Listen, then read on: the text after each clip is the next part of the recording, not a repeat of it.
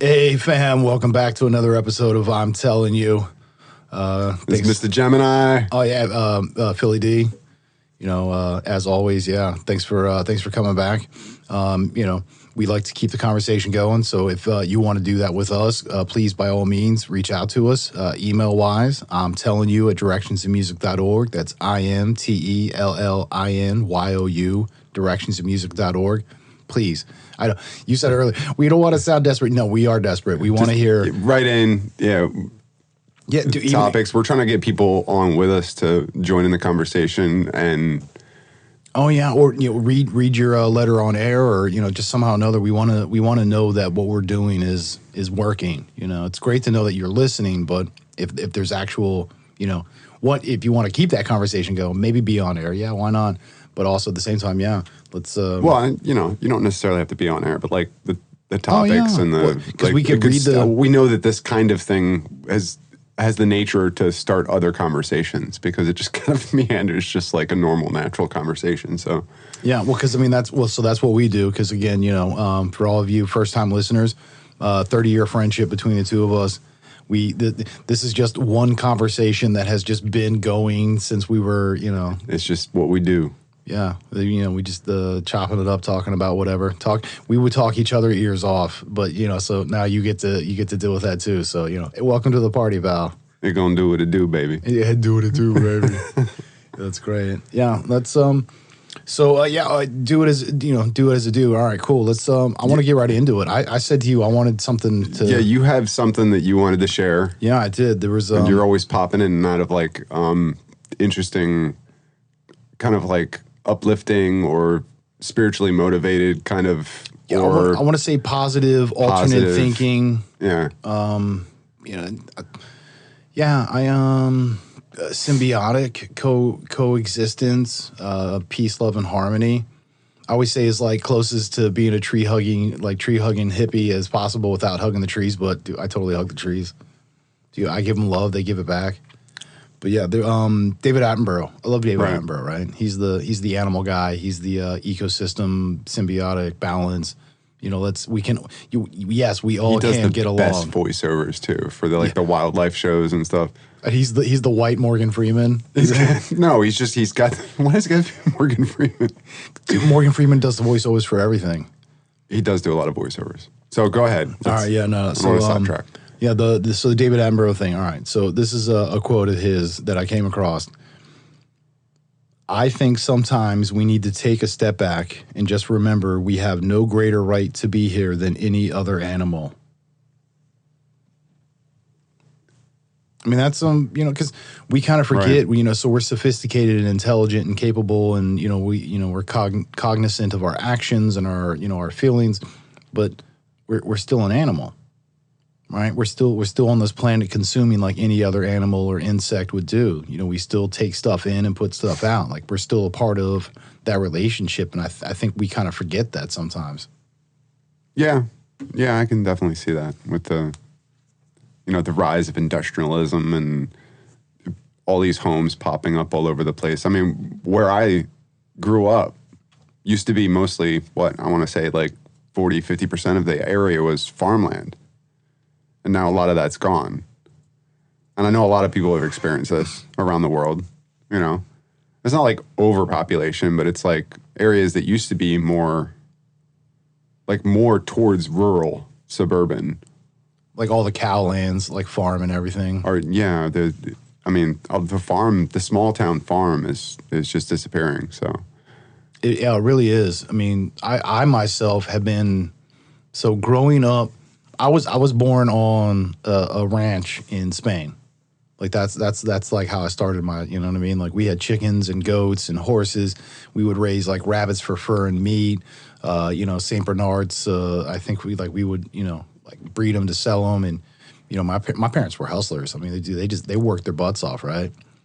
And I was raised in that, born on, and then started raising, and then we moved to, Southern California, outside of Los Angeles, and it's like, I'm like living in a barrio, like it's a neighborhood. This is like we're just outside of the city, basically. Oh, and like the shock of that, like it were totally different, upbringing, and then I moved to the East Coast, and it's like middle America white suburbia, where when we finally had a family move in next door to us that were, I think, like Korean or Burmese or something like that. So they were, Asian of some descent, and I was like, thank God we finally got some, change around here, because it's just it.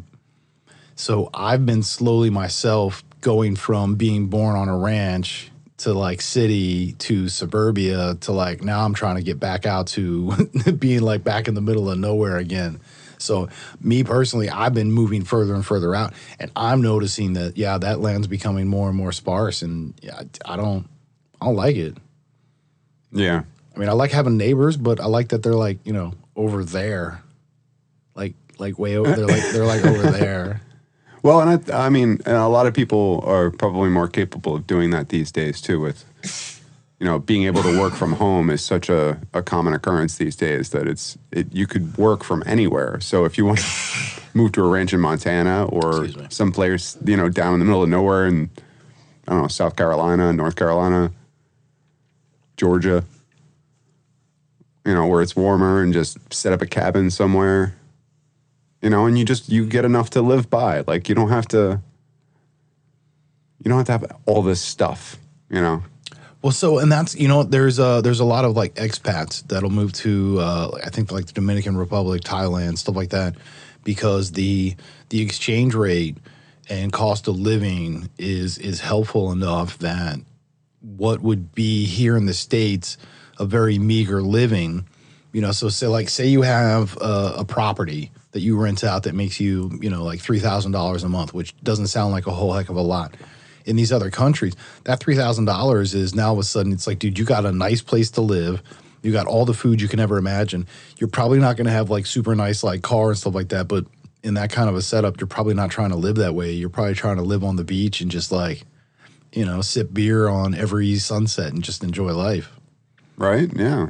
I mean, the simple life. And it's not that you just sit around drinking beer all the time, because when you live like that, a certain amount of what you do throughout the day, it's not like you're working for a paycheck. You're working to survive, right? I mean, you got to wake up, you got to chop wood, you got to grab the eggs from the hen house, you got to, when you're living that kind of life and you're self-sustaining, check your crops, all that stuff, and being able to live, I don't know if you call it like off the grid.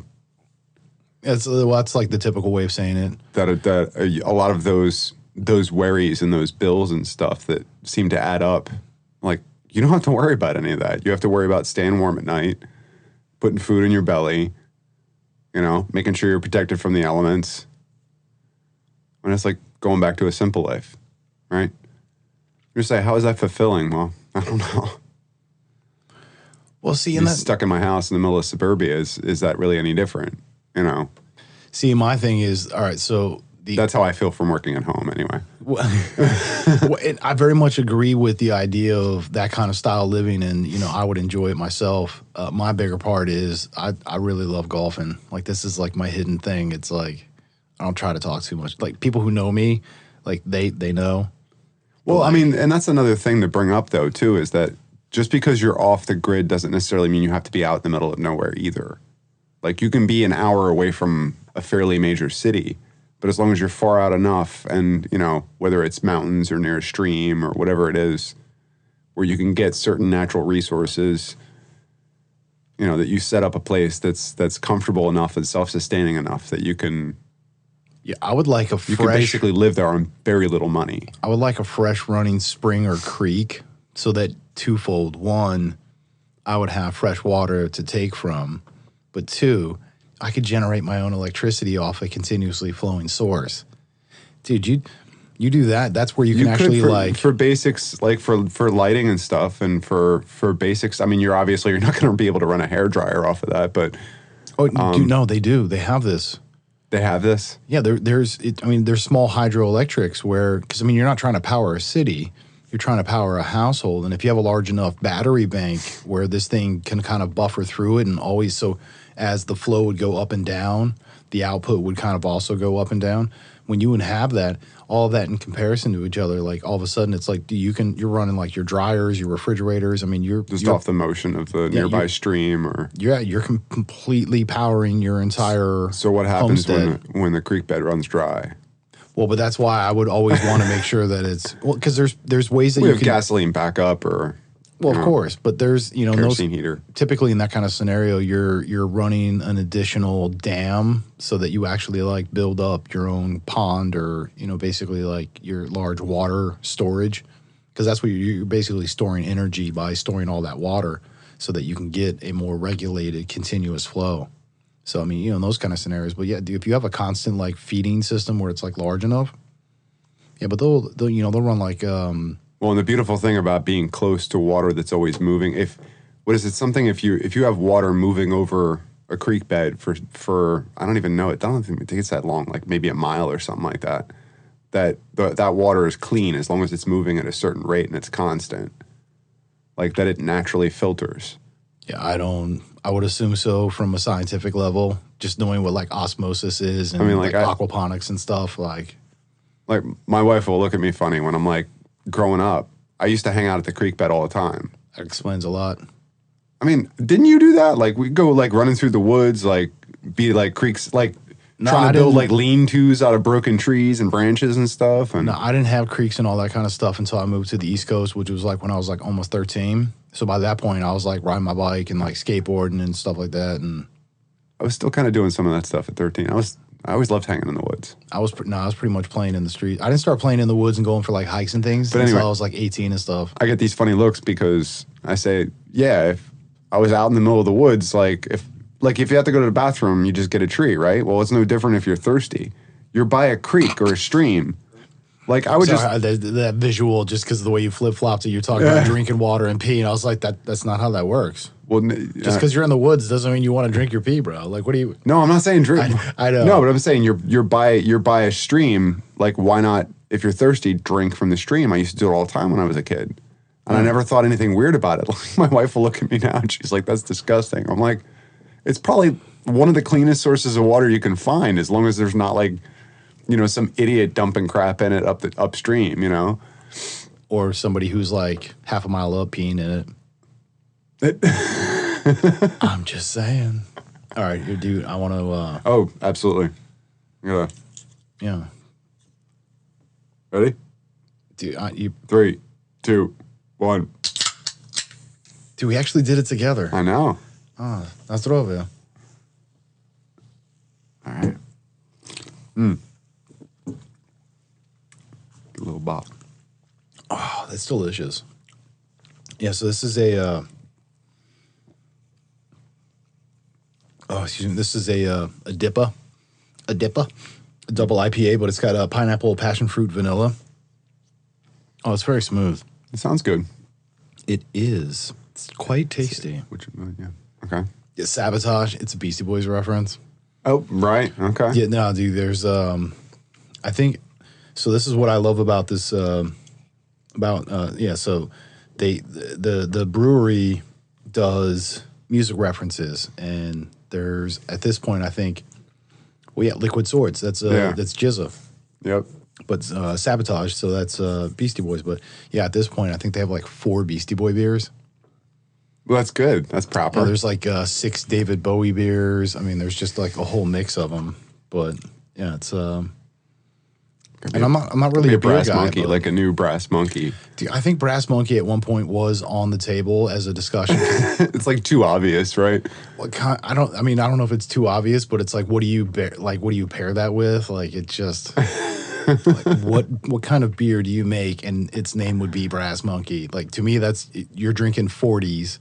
I think that was the thing, is if they were going to do 40s, they were going to do Brass Monkey. Oh, right. Okay. Because then that'd be appropriate, dude. The big old 40 jug, Brass Monkey. Be like, what you got there? Be like, Brass Monkey. Be like, yo, can I get a 40 of Brass Monkey? Brass Monkey, it's more like a malt liquor. But Brass Monkey was that stuff whatever, like Spanish Fly or whatever they were mixing in it. Yeah, I was going to, it was like your Jungle Juice. It was that party punch. Yeah. That, made all the people take their clothes off and get crazy. Yeah, man. That's the one. But yeah, no, it's Sabotage. I'm telling I y'all, like it. it's sabotage. Listen, oh y'all, it's sabotage. Yeah. Yeah, and I think that's one of the things that I probably enjoy the most about it is because of the fact that we do movie quotes and music quotes and all that stuff. So to me, it's just like, yeah, that makes sense. Yeah, I mean, I connected with this one right away because Liquid Swords is one of my favorite Liquid hip hop Swords albums of all time. So, dude, like, we've had this discussion.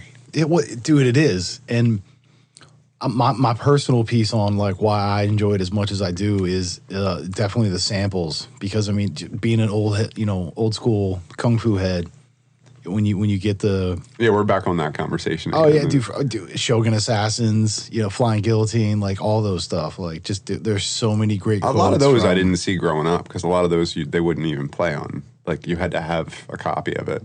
No, that was my Sunday morning, like 7 a.m., 9 a.m. On the UHF in black and white. Yeah, I forget what station that was, but dude, I used to think so many shows were in black and white. And then, I actually had a color TV. And you're like, wait a minute. Yeah, right. But then there was, shows where I assumed they were in color, and it was just the fact that I was watching it on a black and white. And then I, saw it for real, and it's like, oh, wait, it actually is black and white? Like, I Spy, dude, black and white.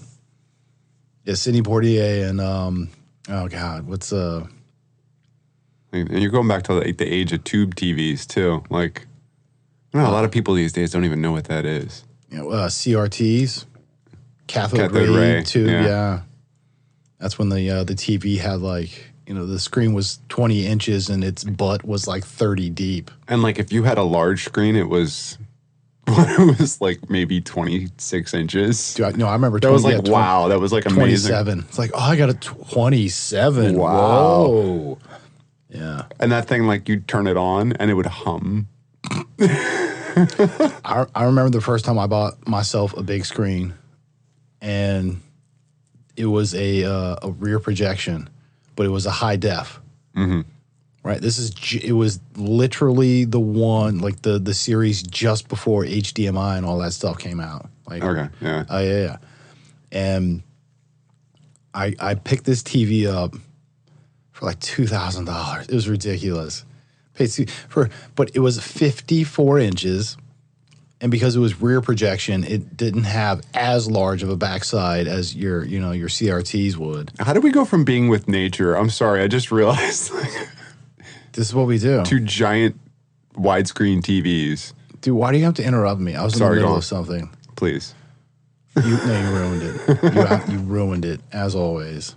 Oh, don't even. All right, fine. I'll just be quiet. I'm going to take my ball and go home. That's really good for the mic. I'll just be quiet. Crickets. But yeah, no, so I get this TV, and then I think it's 2 months later, the newest updated version comes out, and it's now all of a sudden it's HDMI and all that stuff. But I remember... And that same TV is $800. No, it was... Because, no, it was still rear projection, but it was $2,400 or whatever because it was the newest version. And this was the latest and greatest. And now we're up to where you can get a 56-inch LCD slimline with HDMI and every other thing you can imagine, smart TV and everything. It's $500. Yep. I don't know. I'm just are you serious? Yeah, just wait it out, dude. Yeah, pretty much. I never go with something when it's fresh out either because I'd rather they work out the kinks. Yeah, no, and then bring the price down. It's really not that important to me. I don't know, but that's the progression of stuff though. Is the way the TVs that's what I was saying. Having the UHF and all that stuff. Dude, I mean, as a kid watching that kind of kung fu was black and white. It was super dope, and it didn't always have subtitles.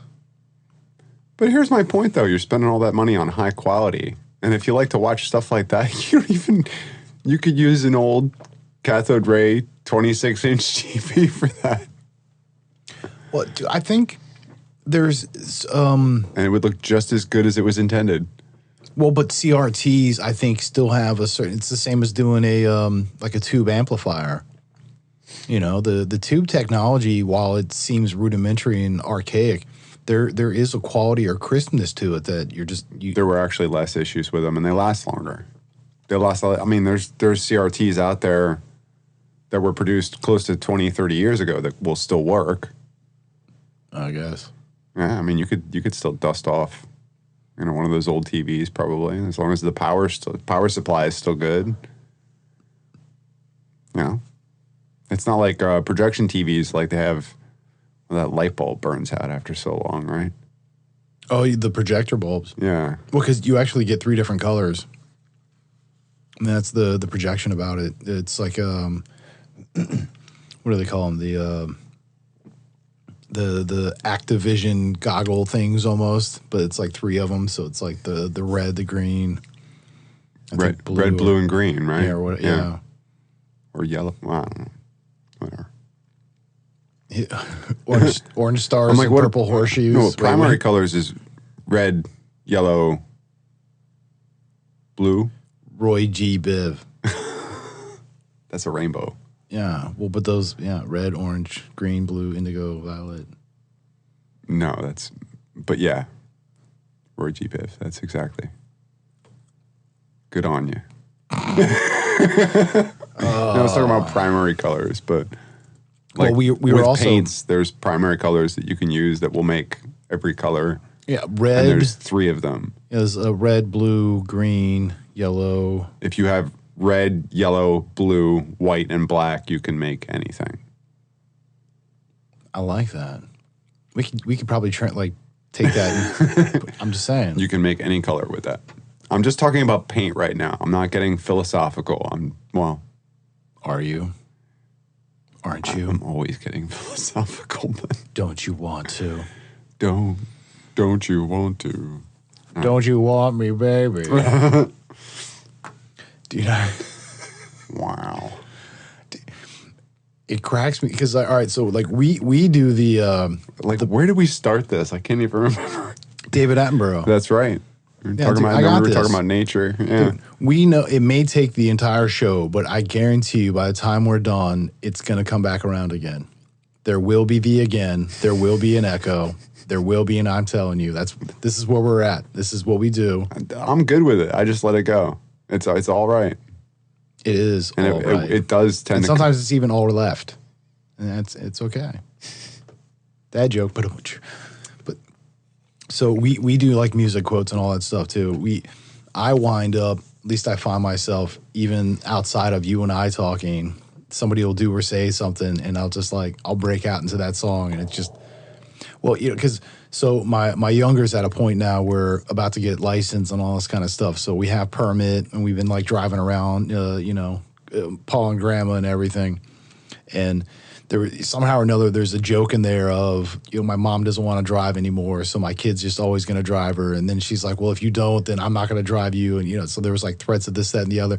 And for some reason, the song just pops into my head where it's just like, who's going to drag you home tonight? It's like, and it's just all of a sudden, it's like, that's where my mind went. Isn't it funny how you just think in songs sometimes? I don't know if everybody does that, but to me, it's almost like synesthesia, but it's in music and movies. Sometimes I can almost answer questions that way. We have conversations where we just use references and you and I know exactly just what happened. Nobody else has any freaking clue. What? They're like 3 quotes behind just trying to figure out, and they're just, what movie are you guys doing? We're past that. Yeah, you and me saved all these people. Right? I don't know. Well, yeah. And, yeah. You and your friends coming in here stinking up the place. And believe me, you do stink. With your motorbikes, tearing everything. Oh. Yeah, you did. The guy sniffs himself. Yeah, I don't know. So, I really appreciate it if you didn't, say anything. I'm a school teacher. I'd hate to lose my job. He's like, we should, you should give me a call sometime. We'll get together. We'll do lunch. What? I don't know what's the wench. She's just like, you have a lovely home. It's just yeah, totally. Well, and here's the thing though is the guy that played the leader of that gang was also in the Mad Max movies. Yeah, he just had that. He had that look about him. Well, was he like 7 feet tall with a bald head? He did the Mad Max movie. I guess it was the second or third one. It wasn't the first one, but it was the one with the convoy with the gasoline and all that stuff because they were going to the coast. Dude, I'm not even sure if I was still paying attention by the third one, but okay. I think it's the second one, but no. So he was the guy that like led the charge on all those guys. So he did that movie. Upon doing that, I think they were in the midst of like doing Weird Science, and you know John Hughes or whoever was just like, that guy. We need him. That's the dude. I don't know. Like I don't know why my brain does this, but like you're putting me at a time where I'm thinking about that, and somehow that was connected to Time Bandits in my mind. Yo, and I just went straight to Time Bandits, and it's funny. Like the minute I do that, like I don't think I heard the last line you even said because I was just thinking about Time Bandits. It's so funny what happens in conversation, right? I appreciate your honesty. Thank you very much. We're gonna have a discussion about this later. No, we don't have to discuss it. We discuss it right now. Oh, you want to put it on the table, bro? Yeah, come on. It's right here. Here. All right. It's a tree of trust, right? First and foremost, Time Bandits is an amazing movie. So much, like, dude, with the freaking the giant, and then what's the thing with the freaking the beast head, where it's like the giant mythological creature or whatever that's like a giant boar that's a man or whatever. Oh, I don't even know. The Pantor. What the something Tor? What the Centaur? It's been a long time since I've seen that movie. Yeah, they had to fight the sitar or whatever, or the centaur, or yeah, and it was really it was the very sitar's creepy. an instrument, not the sitar, the centaur. The centaur. Yes, yeah. The sitar. You fight the sitar. Yeah, no, that's What do I fight him playing a banjo or what? But yeah, no, yeah, Time Bandits, dope movie. I didn't have a second point. I just wanted to use that as the segue to get into it. Yeah, no, dude, such a good movie. Yeah, but like the beginning of that movie, doesn't the kid get like ripped out of his own bedroom and pulled into this like alternate reality and just like sucked through this time warp? Yeah, like they just kind of open a door in the middle of nowhere. Yeah, like Never Ending Story, Boogeyman, Monsters. There's a couple movies where there's just like, you know, on the other side of the door, all of a sudden it's just like, hello, and he's like pull it through. Yeah, that's. I don't know if anybody's actually seen that movie. Please in the comments, send us something on that one. Yeah, email us. Yeah, if this is on an alternate source where you can like write in the comments, yeah, whatever, dude. Go ahead, hit us up. Yeah, we love that stuff. Fact checked us. And some of the people, a bunch of the actors in that went on to do many other things since then. But I mean, that was just, it was so tongue in cheek. You loved it. It was great. It wasn't, oh God, what's his name? Time Bandits. Look that one up if you haven't seen it. No, what's his name? John Cleese was in that, wasn't he? Or well, I feel like one or two of them were in that. I want to say this, like they were the prisoners or something in the cages. The guy with the English accent that had was he the same guy that was in Tron? He was in a couple other things. I don't know. This is why we need a fact checker, dude. This is also why we probably shouldn't like hang out in the green room for too long. We should just, you know, do it as like a warm up. Keep drinking. What am I drinking? Moonshine before I got onto the liquid swords. So well, that will happen, my friend. As long as I do it in that order, it's okay. Yeah, liquor before beer, and you're in the clear. Yeah, right. Yeah, beer I've always before liquor, that. and you'll never be sicker. Although it's at 9.6, it's kind of hard to draw the line between. No, it's not nine. Not going to work here anymore. Oh, so, but yeah, so all right, so yeah, David Attenborough and the whole thing of we kind of forget that we're one of the other animals here. You know, and the idea of sharing and giving and receiving. You know, I think we've definitely lost the balance in that. It doesn't seem to take a main stage for most people. You know, I don't want to say everybody, but for a great number of people, I think don't realize how connected they are to their environment, and how, you know, every time another animal goes extinct, that's a part of us that we're losing. Dude, there was like we all grow from the same rock. So there was, dude. Oh no, there was a Carl Sagan quote in there on that. No, there's another meme or post or something about where trees are actually farming us. Oh yeah, I did see that. They're feeding us oxygen so that we can stay alive, and then when we die, we decompose and go into the ground, which then we become like nutrients, just like if any other animal died. We become their food. Yeah, so so it's really the trees are farming us, and we think we're in control. Well, that goes on with the fungus thing too. I thought was really interesting that the mycelium conversation that we had. You love the fact that you know what mycelium is. It took me a while to figure that. Yeah, that's like your new word of the day. The first time I brought that up, I didn't know that word, and I was tripping all over it. But yeah, that most organisms that we think of, like they have a stomach and their food goes in the stomach, but the fungus actually goes into the food. So the process that they use is completely different, and they travel through and digest dead organisms and dead plant life and anything, and it's how big a part of the ecosystem that is. But anyway, why are you staring at me? Because you're the only other person in the room. You're doing this weird thing. It's kind of distracting. Because I'm tired of looking through the hoops and the loops and the... Oh, okay. All right. I want to see you. I just want to see you. Why don't you want to look at me anymore? People are going to start asking questions about the two of us. You keep acting like that. I don't know what's going on. What do you mean they're going to start? What's this start stuff, buddy? Yeah, no. Dude, anyway. There's definitely a bromance between us. I ask you out on bro dates all the time. And what, I always shoot you down? No, you accept. We go out all the time. It's great. Sometimes. Well, because, I mean... If I can. Well, because we're very busy, I mean, we're both dads. We both have contributions, responsibilities, obligations, all that other stuff.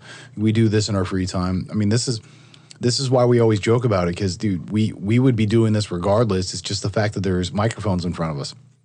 So, so what? Zero F's given on that. We're still going to talk and stuff. There's very few people I can have a conversation like the conversation I like to have. Well, see, I think there's a lot of people that can have it. It's just the fact that they haven't apparently not within my circle, so please write in. Are you that tired of me? I'm telling you, directionsofmusic.org. But so I think that there are plenty of people that can do this. The problem is we're not putting an appropriate or large enough example so that they can see that. That's how we're creatures of habit. We need to mimic, so we have to see that example to reproduce it. Yeah. And how many times maybe we bring something up? That's what I was saying before, is that how many times maybe we bring something up that maybe isn't exactly the same thing, but brings up some other, related issue with somebody else, and that they can work that out and learn how to communicate that within their own, circle of people. So. Yeah, learn and then take it back. To me, it's that adage of, give a man a fish and he eats for a week, teach a man to fish and he feeds a village. Right, yeah. Because then the whole village can then also learn, and then they do it. So now, that one person knowing means in the entire village feeds. Yeah. Right. I don't want to feed you today. I want to feed you... I want to make sure that, like, whatever I leave with you, that I don't have to worry about coming back to feed you another fish. Yeah, as well as find a way for continuous generations to be able to continue to do that, but also live in a very giving, receiving, symbiotic relationship where you're only taking just enough. I think that was... back to the David Attenborough thing. Yeah, there's a lot of... Well, but to me, that was like always my biggest takeaway from the different indigenous populations where they truly lived off the land and they were very spiritual and it was connected. I mean, I don't care if you want to call it the universe, God, Gaia, whatever, dude, any and all. The balance in between of giving and receiving, where you only take what you need and give back what you can so that you can always take, and, so you get in that giving and receiving. The indigenous people, the big draw... Well, the biggest takeaway I've always had from that was the fact that they found that balance and maintained it. Whether that was rotating fields, making sure they only hunted so much, lived off of fish, and they rotated things around. Well, in a lot of ways, the older spiritual cultures too really latched on to the idea of whether it was Gaia, Mother Earth, like the land that supports them. You know, they created the idea of gods, which was really just a representation they could understand for the forces of nature that help them in this symbiosis called life. You know. Well, to me, like they had a very strong connection with even animals they ate. I'm sorry, go on. Well, no, because that trigger to me was the same thing with like ayahuasca, where they told them like the plants told us to pick these plants. That's an interesting tie-in, yeah. That even on a plant level, that you could have like almost a communication level understanding. Well, to me, that goes back to the mycelium, like interweb of information. Like I always call it the avatar thing, where like the root system was the like the neural pathway of a brain, and it was for the entire planet, though. Right. That if you were to follow the roots of these mycelium, I mean, they interconnect, and really, to a fungi, it's as if the whole surface of the planet is all one thing. Because the way that those networks communicate within different, what you'd call, I don't know, like species of fungus, different strains of fungus, different families, whatever, that there's still a communication between them and between all of the wildlife, you know, all the trees and the shrubs and the flowers and like any fruit-bearing plant, like everything. You know, we were talking about that before, how, you know, the early blue-green algae that started washing up on shores and pooling in small pools. It had no way to take root until these fungus came along and basically created a root system for them, and it became like this symbiotic relationship, and that's how we ended up getting things like, you know, flowering and fruiting plants and trees and shrubbery. But I'm not dead yet. I feel like going for a walk. Yeah, no. Well, and I was thinking more. We other nights did say knee. Knee. Yeah. 1, 2, 5, 3. So 3. Has it come to this? Get me the comfy chair. The comfy chair. The comfy chair. And that's why I think, you know, I really like the whole idea of how you brought up the mycelium and the way things interact and the going back and forth. The influence because of its, you know, the effect that comes around because of it just being there. That the compliment with an E, not I. The compliment's like, hey, you look good. Compliment with an E is like salt and pepper. We go together. They complement each other, right? There's a complementary balance. colors, more like. Yeah. There's a balance there. So I think a lot of that, you know, just goes right back to that whole tie-in of having that balance. So if you're truly pulling from the earth, if you're truly in that giving, receiving, you know, symbolic relationship, you would symbiotic symbiosis. Yeah. You would have that natural giving, receiving, where you would only consume what you needed, and then you would also give back in the appropriate manner. As you know, because that was the thing, is like when you took down an animal as, you know, indigenous person, you didn't just like, oh, I killed you, now I have meat. No, you're taking the hide. You know, I mean, that's when you started. That's where Jello comes from. It's like hooves and teeth and bone and stuff. They would learn to use everything that was at their disposal, and what they couldn't use and couldn't feed back to their, you know, if they had wild dogs that they'd stay, you know, whatever animals they might tend to that might need meat, they would feed that to them as well. And then whatever was left, you know, if they didn't use it for, you know, for whatever, like just kind of letting it rot and go back into the soil, which was very little. It was pretty much just the entrails, I think. That even some of that stuff, everything, like they would use sinew for sewing. They would use the hides for clothing, so that it wasn't, no animal died for nothing or for just one meal. It was like you use everything. Well, yeah, I think even they would use the innards and stuff as a sacrifice. You know, it's like, here, we give you this as the sacrament of, like, so it was a giving back. Well, that's what I'm saying, that the spirituality, the religion, if you want to say, of native indigenous people was more connected to the land than it is today in a lot of ways, I think. Yeah. And still, Right. I mean, that culture still exists. I mean, it's getting smaller. I mean, we've talked about it before, the whole like last shaman and stuff, where a true shaman is not going to charge you for what they do. You know, they're like, this is my It would gift. feel like lying to them. It would be tantamount to lying. Yeah, I mean, this was the gift that I was given by my God, whatever you want to classify it as. You know, the energies to be, the angels. Like, I don't care what you want to call it, but this was my gift from the world, and I have to give back. Yeah. Well, I mean, whatever word you put on it, everybody that gets it is realizing that there's this whole thing about, I don't want to say karmic debt, but there's this whole understanding that, you know, not in a negative way, but that we're all connected, and that what we put out there, you know, if it's negative, it's going to come back to us, and faster than you would think. Well, to me, that's if you resonate on the level of negative frequencies where you open yourself up to it, you're being picked up by other resonant negative frequencies. Exactly. Yeah, it attracts it. Because you're now living in that dimension, if you will, right? I mean, yeah. What's the one? Something of all right. So if there's 9 broke people, and you're the 10th, you will be the 10th broke person. But if you hang out with 9 rich people, then you will be the 10th rich person. It's the whole birds of a feather flock together kind of a thing. The company you keep is what defines you. So as you associate on these levels with that doesn't define me. Yeah.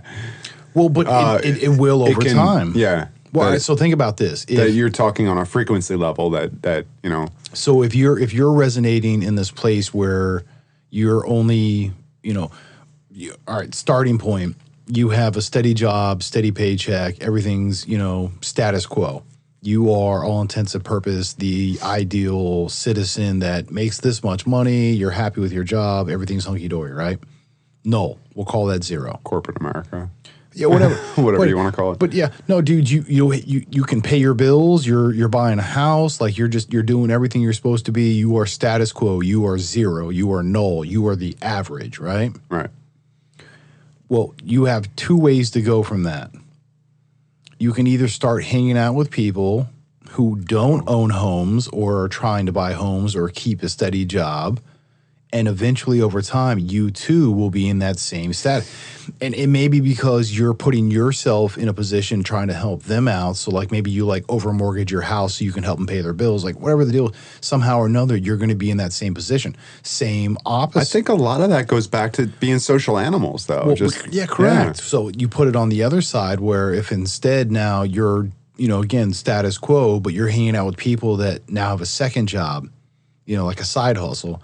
You know, maybe you're corporate America, but you also are a bartender, or you are an event coordinator, or you're a comedian, or you're a musician, or you have a secondary thing. Yeah, you have what you do for your regular paycheck, and then you have what you love to do. Yeah. So which is, it goes back to that Joe Rogan thing of like, you know, as long as you're always building towards that thing you love, if every day you do that little bit more towards what you want to be, 10 years from now, it's going to happen. I'm all about that. Well, yeah, so that's that thing is, so if you start hanging out with people that are doing that additional hustle, that extra piece, you know, you go from that status quo, all of a sudden you yourself will also be starting to do that. Just by association, right? Well, yeah, and so to me, that's the thing. Like when you surround yourself, it's just a lot of it's just a psychological thing, but other parts of it could be just opportunity, because you're kibitzing with people that are a higher level than you. Like I was saying before about what I used to love about hitting the billiard hall, not being somebody who was in the league, was that I could kind of bounce around from table to table. And like if people had time that they were practicing anyway, they wouldn't mind shooting with me. And I didn't mind losing because I expected to lose. I enjoyed it for the game, just for the, you know what I mean? Just for the fun of it. Trust me, we've had this discussion before where I stepped myself into a division where I full-heartedly knew I was going to lose on a continuous and regular basis. And not that you were happy with it, but it was like, that's where you realized it's like, I'm never going to get any better at this. if I don't challenge myself on a regular. But it's the same thing. Like, if I surround myself with people who have no ambition at all, who'd just be happy enough just sitting around drinking beer all day, that's what I'm going to kind of become by, whether you want to call it osmosis, but it's like, well, you're mentally kind of casting a spell on yourself when you surround yourself with those type of people. That's why I said the company you keep is what defines you. So you should always be reaching to kind of in a way a pinnacle that you, not to say that anything is better than another, but to follow your heart in a way that surround yourself with people that have interests that excite you, right? Or people that are aggressively searching for, happiness within their career, which being in a lot of ways for corporate America for me was kind of a draining, like a vampire-ish situation, like a very which is why I would like soul-sucking. I would define it as whatever it is that you wish to possess in the sense of what transcendence would be. So whatever is uplifting and promotes you to be on that next level of being even better than you were yesterday. But what's that? I mean, what's that mean? Instead of like just a weird bunch of backwoods hippie talk, it's making a connection with other people that goes beyond words. Well, yeah, that's why I want to say call it, transcendence, because maybe it's being the best lawnmower racer. It doesn't matter what it is. Yeah. Maybe it's being a RC drift car driver. Maybe it's being a clown for kids' parties. Maybe it's being a circus act. Maybe it's being a author. Maybe it's being a garbage man. I love that you said clown. And normally, like, I really shy away from clowns, especially after watching It for the first time when I was a kid, the original. Dude, reading the book and watching the movie were two. Yeah, and I know the book, I could probably read it to this day. It would probably freak me out and give me nightmares. But the clown reference actually just reminded me of you remember the movie Patch Adams? Yeah. Because I've been posting some of this stuff. Robin Williams. Right, Robin Williams, exactly. Yeah, and that's where the tie-in was for me. I actually looked it up one day and found... That was the pediatric clown doctor. I've been posting the actual Patch Adams on my Facebook.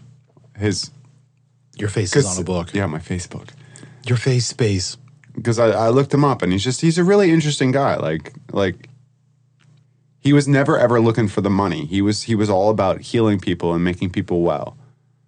And in whatever way that was. So he's for like 70 years now, he's been trying to, like, it seems like forever, whatever. Not 70 years, I'm exaggerating, but it seems like a long time that he's been trying to get together like this health center, like this hospital that's completely free. And, well, I mean, if you've ever seen the movie Patch Adams, that was basically what he was trying to do from the door. And he's been still, I mean, trying to proceed with that for all these years. But he's got a Facebook. I mean, the guy's, he's getting up there in age now. I think actually I did the last video I saw, and I've been posting a couple of them on my Gemini Facebook page. But one of the most recent ones, he just got apparently a new prosthetic foot. So apparently, I don't know if it was what it was but apparently in all the years he's lost a foot somehow. But he's got the greatest spirit to him. Like, there's just something about him that's just so fun-loving and just very accepting and very, to this day, he prefers to receive an actual written letter. And I'm actually thinking of writing him one, just for the heck of it. Let's be honest, you don't know how to write. Oh, dude, that's hard. Well, but I think that's a great point, because you and I were discussing this before about how we wish to act more. You just said we are always putting up posts. We're always putting out more information. We're always trying to be very positive, uplifting, inspirational. We want to have these conversations. We want to do it. So even you and I, as the types that are like, hey, please write into us, like give us that interaction. You even just now are saying, like, you have an issue trying to do that. So like, we get that you don't. And if you even remotely think like, oh, it's not gonna like, dude, you know what? Write us. Just write us. Yeah. Yeah, just like you need to do it. So if you think you should do it, go ahead and do it. I'd love to hear from just about anybody. It doesn't matter. You don't have to be somebody special. You don't have to have the perfect idea. Just say hi. Are you that lonely? I am. I'm desperate. Is this why you're trying to break up with me? You've been slowly putting it out there. That is all projection. There's nothing going on there, buddy. No, dude, I remember because there was the other episode we were talking about. You were just like, I have something serious I want to say. I'm like, bro, you breaking up with me? Like, we need to talk. Be like, no, we don't need to talk. That's not happening here. That really hit me funny too. That really hit me funny when you first said that. I was like, oh my God. I know you were trying to be like all serious for once. You were like just focused. Totally lost it. Dude. I thought you were breaking up with me. I was like, no, dude, no. What? It's not about you. Yeah, well, I mean, sometimes it's about me. Sometimes it's about you. Sometimes it's about all of us. Actually, I think it's always about us. You and me. The focus is always for the all of us, though. Should be. I don't know if that comes across, but yeah, the focus for me has always been all of us. Well, I mean, to me, it's the idea of like, dude, what's the point of having money if you can't share it? You know, I know what it was to be like broke as can be. So anytime I actually have like a little, dude, I'm out there like making it rain, just like, you know, like sprinkler style, spewing bills. I don't give a crap, dude. Whatever. Buying dinner, let's go drinking, like let's financial, physical representation of what I'm talking about. But yeah, whatever you got to give. That let's go to the roller coasters or the carnival. Yeah, like if you light a candle, you don't put it under a table, right? You set it out to let it shine for everyone to see. I've never heard that expression. What? Why would you put? Well, why would the candle under the table? Why You're would you probably do that? going to light the cable. I don't know. Yeah, you could probably light the table on fire. That's really weird. That's what I'm saying. Well, I guess the whole point is why would you? You don't put a candle. You know, you don't hide a candle in a closet. You don't put a candle. Hi, Nanny. Hi, Pappy. I'm not some sort of moron, you know. Was that my grandparents? You see how you bring it around? The problem is when you do that, I just totally lose my train of thought. We were talking about the candle under the table. Yeah, you don't put a candle under a table. You don't put baby in the corner either. You put the candle out for everyone to see, because otherwise you'd be stubbing your foot on something, and it wouldn't be nice. I mean, what's the point of a candle? If you're gonna shine, man, shine. Let it shine. Always remember shoes. Yeah, my shoes safety first, and my glasses, just so I have them. Get him his glasses. Can't see without his glasses. Can't see without his glasses. Oh, wow. We're just tripping over all kinds of quotes here. I can jump off the high dive. I can. Yeah, that's the thing. Irv, I wasn't even in aisle 4. Yeah, 220, 221, whatever it takes. Just going to keep doing that? Are we good? Well, I mean, dude, this is Tree of Trust, bro. Oh, let's get another cheers in here, man. I feel like I'm drinking by myself here. Come on, bottoms up. I've now been challenged to like, dude, do you want to like get another one and like shotgun these or something? I mean, dude, you're Sicky. No, not really. Yeah, we have to be responsible. We are public figures, and we have to promote. Dude, it's one beer. And a little bit of moonshine before. Yeah. It's also a 9.6, bro. It was 2 fingers, but it was a big ice cube.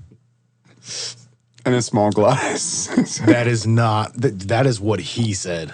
Yeah, the little known, but still also funny, that's what he said. That's yeah.